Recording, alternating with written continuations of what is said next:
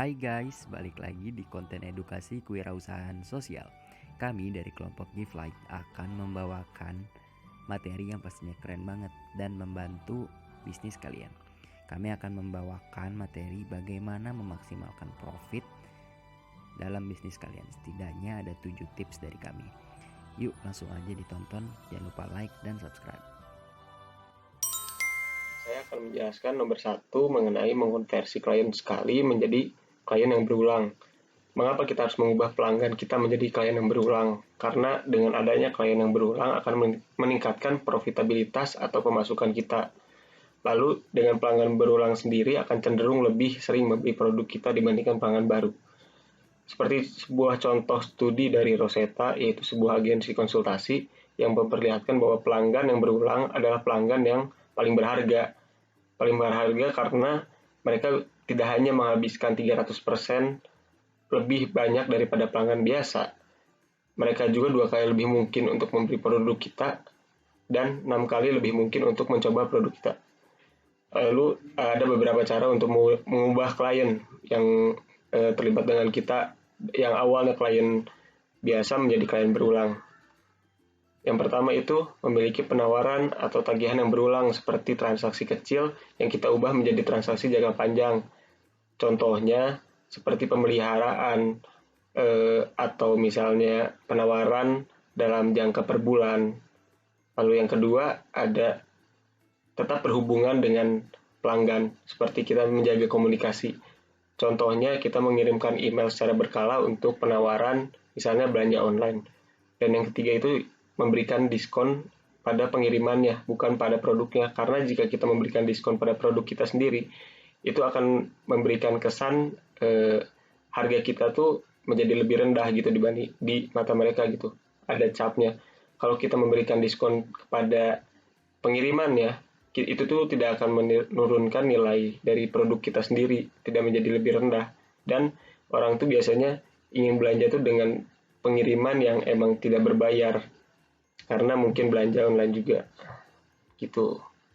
Ke poin kedua, di poin kedua ini ada dorongan rujukan. Menurut sebuah survei yang dilakukan terhadap lebih dari kepada 1000 UMKM, rujukan adalah komponen atau hal yang sangat penting dalam meningkatkan profit. Kenapa sih rujukan bisa meningkatkan profit? Sebelumnya ngasih tahu dulu nih maksudnya rujukan itu apa. Jadi kayak rujukan itu apabila kita memiliki customer, lalu customer itu suka dengan barang kita dan dia memberikan rujukan kepada temannya atau nyaranin ke temannya untuk beli produk atau barang itu ke toko kita lagi. Dorongan rujukan sebenarnya dapat dibuat dengan budget yang minimal ataupun dengan tanpa budget sekalipun.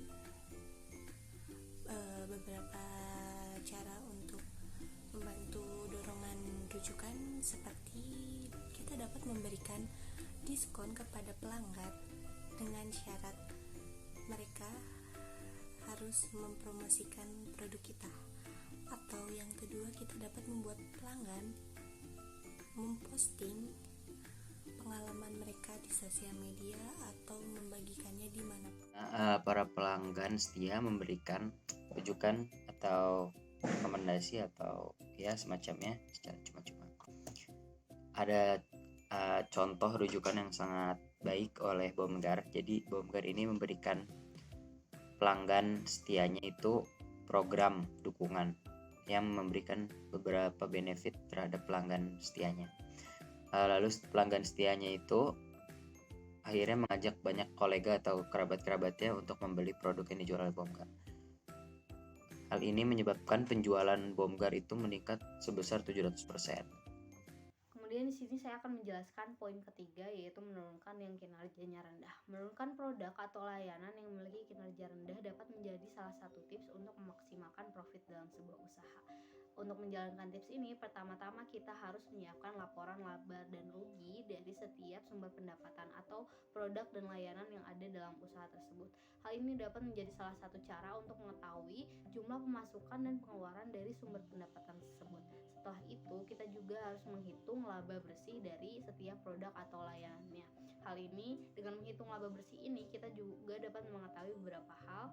Yang pertama, produk dan layanan manakah yang memiliki kinerja paling buruk, kemudian produk atau layanan manakah yang benar-benar tidak menguntungkan. Yang ketiga itu adalah apakah produk dan layanan tersebut dapat menyingkirkan biaya yang terkait dengan mereka, ataukah biaya akan diteruskan kepada produk yang lain.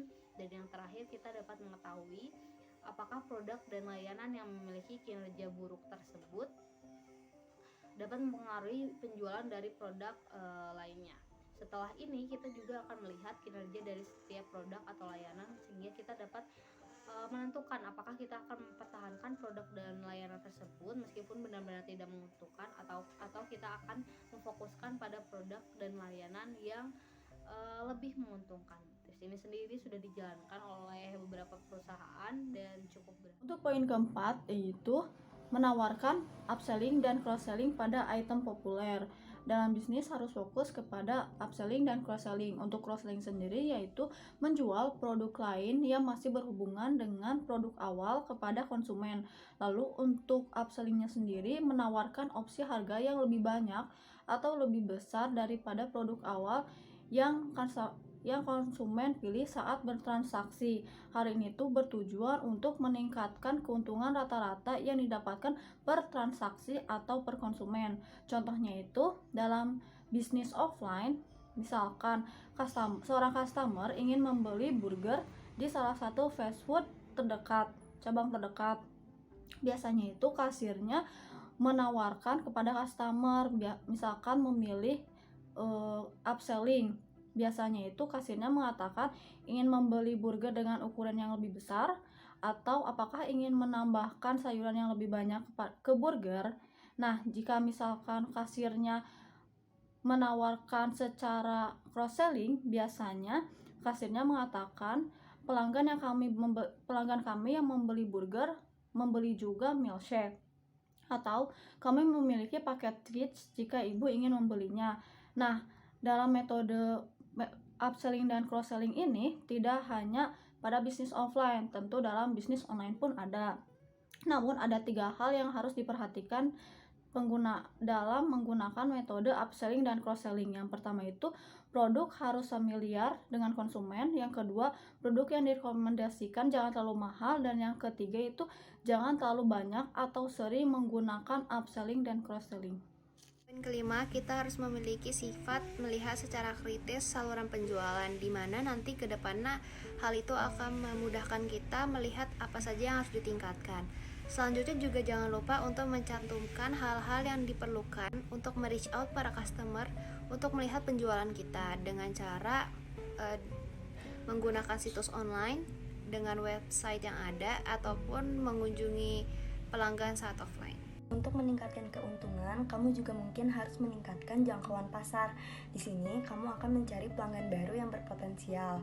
Kamu juga harus melakukan riset lapangan agar produk yang dijual dapat diterima oleh pelanggan baru. Riset pasar ini dilakukan untuk menentukan daerah mana yang akan menjadi target pasar.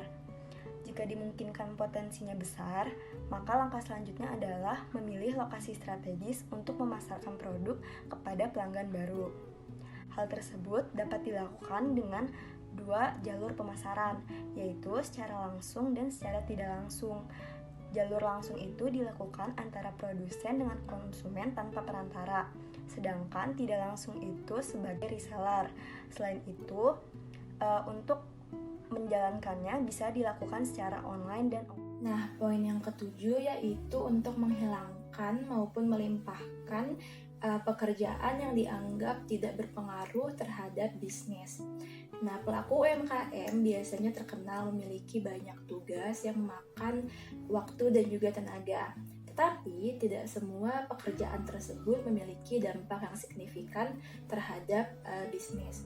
Oleh karena itu, pelaku UMKM dapat berfokus pada tugas-tugas maupun pekerjaan yang memiliki dampak terhadap keuntungan perusahaan tersebut. Contohnya yaitu dengan melimpahkan waktu kerja dari tugas-tugas administratif ke peningkatan layanan pelanggan. Dan juga jangan ragu untuk menghapus beberapa tugas ataupun pekerjaan yang dianggap tidak memiliki dampak yang signifikan terhadap. Oke guys, itu aja dari kelompok kita. Semoga bermanfaat dan dapat diserap ilmu-ilmunya. Terima kasih, jangan lupa like dan subscribe. Bye.